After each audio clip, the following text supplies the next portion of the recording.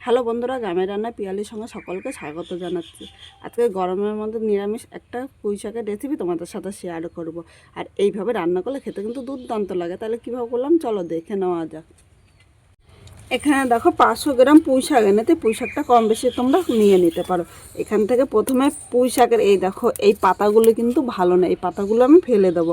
আর যেইগুলো একদম কচি পাতা সেই পাতাগুলো আমি আলাদা এইভাবে পরিষ্কার করে বেছে নেব। দেখো পরিষ্কার এই কচি পাতাগুলো কিন্তু দুর্দান্ত লাগে আমার কাছে।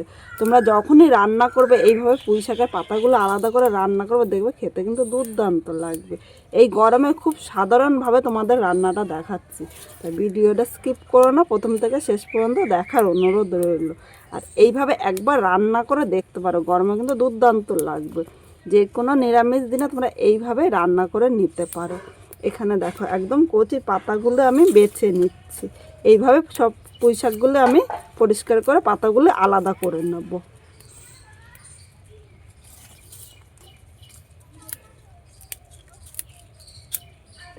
বন্ধুরা এখানে দেখো সব পাতাগুলো আমি পরিষ্কার করে বেছে নিয়েছি। এবার প্রথমে আমি পাতাটা কেটে নিচ্ছি।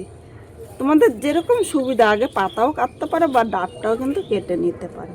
আর পাতাগুলো কিন্তু একদম ছোট করে কাটবো না, দেখো একটু বড় বড় করে কাটবো। কারণ যখন পাতাগুলো মুখে লাগলে খেতে কিন্তু দুর্দান্ত লাগবে। একইভাবে আমি সব পাতাগুলো কেটে নেব। মানে একটা পাতা আমি হাফ হাফ করে নিয়েছি, গোটা গোটা কিন্তু পাতা আমি রাখিনি। এবার পাতাটা এক সাইডে রেখে দিলাম। এবার আমি ডাঁটটা কেটে নেবো। দেখো পুঁই শাকের ডাঁটগুলো কিন্তু কচি, তোমরা ইচ্ছা করলে এই আঁশটা ছাড়িয়ে এইভাবে নিতে পারো বা এমনিও কেটে নিতে পারো, যেরকম সুবিধা হয়। যেগুলো একটু গোড়ার দিকটা আমি এইভাবে পরিষ্কার করে নেব। আর যেটা কচির দিকটা সেটা কিন্তু এই আঁশটা ছাড়াতে হবে না। এই দেখো এদিকে কিন্তু সেরকম, দেখো সেরকম কিন্তু আঁশটা বেরোচ্ছে না, খুব হালকা পরিমাণে বেরোচ্ছে। এবার এই দিকটা দেখো, এই পুঁই শাকটা একদম কচি, তাই এখানে কিন্তু আমি আর আঁশটা ছাড়াবো না, কারণ এটা কিন্তু এমনি সেদ্ধ হয়ে যাবে। আর এটা যখন মানে খাওয়ার সময় দাঁতে পড়বে তখন খেতেও ভালো লাগবে। এই পুঁই শাকটা আবার দেখাচ্ছি, এই সাইডটা দেখো, এটা হলো গোড়ার দিকটায়, গোড়ার দিকটা একটু শক্ত থাকে, তাই আঁশটা ছাড়িয়ে নিতে হবে। নাহলে যখন দাঁতে পড়বে তখন কিন্তু এই আঁশটার জন্য খেতে ভালো লাগবে না। এইভাবে আমি গোড়ার দিকটা পরিষ্কার করে আঁশটা ছাড়িয়ে নেব, আর আগার দিকটা কিন্তু আর আঁশটা ছাড়াবো না। এইভাবে সব পুঁই শাকগুলো আমি কেটে নেব।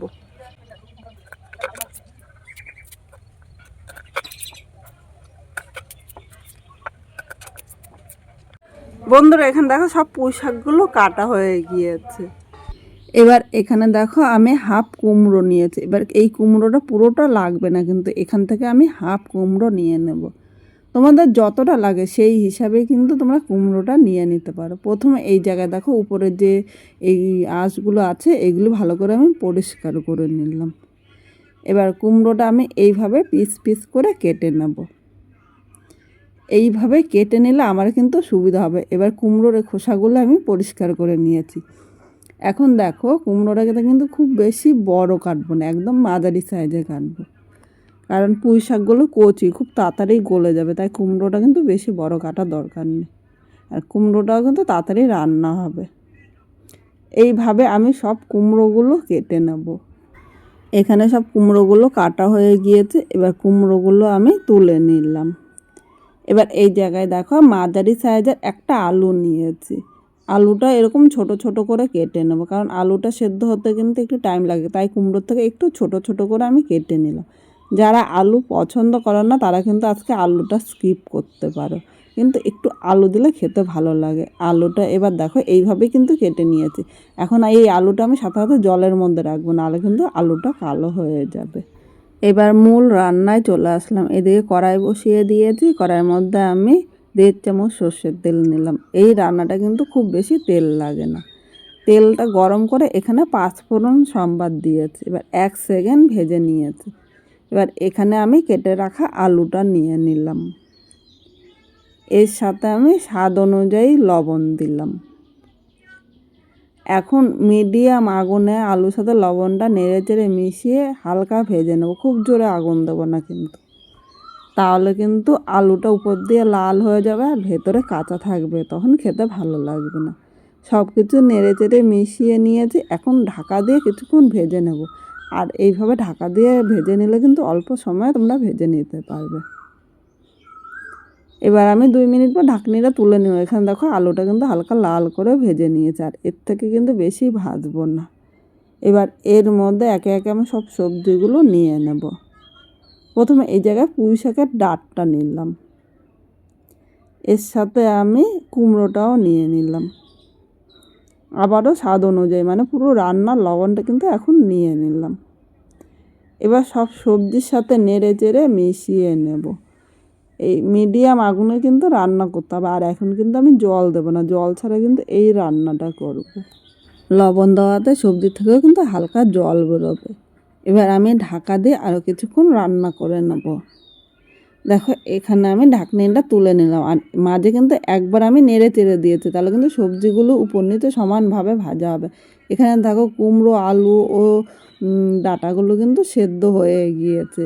এবার এই জায়গায় আমি যে পাতাগুলো আলাদা রেখেছিলাম পাতাগুলো নিয়ে নিলাম।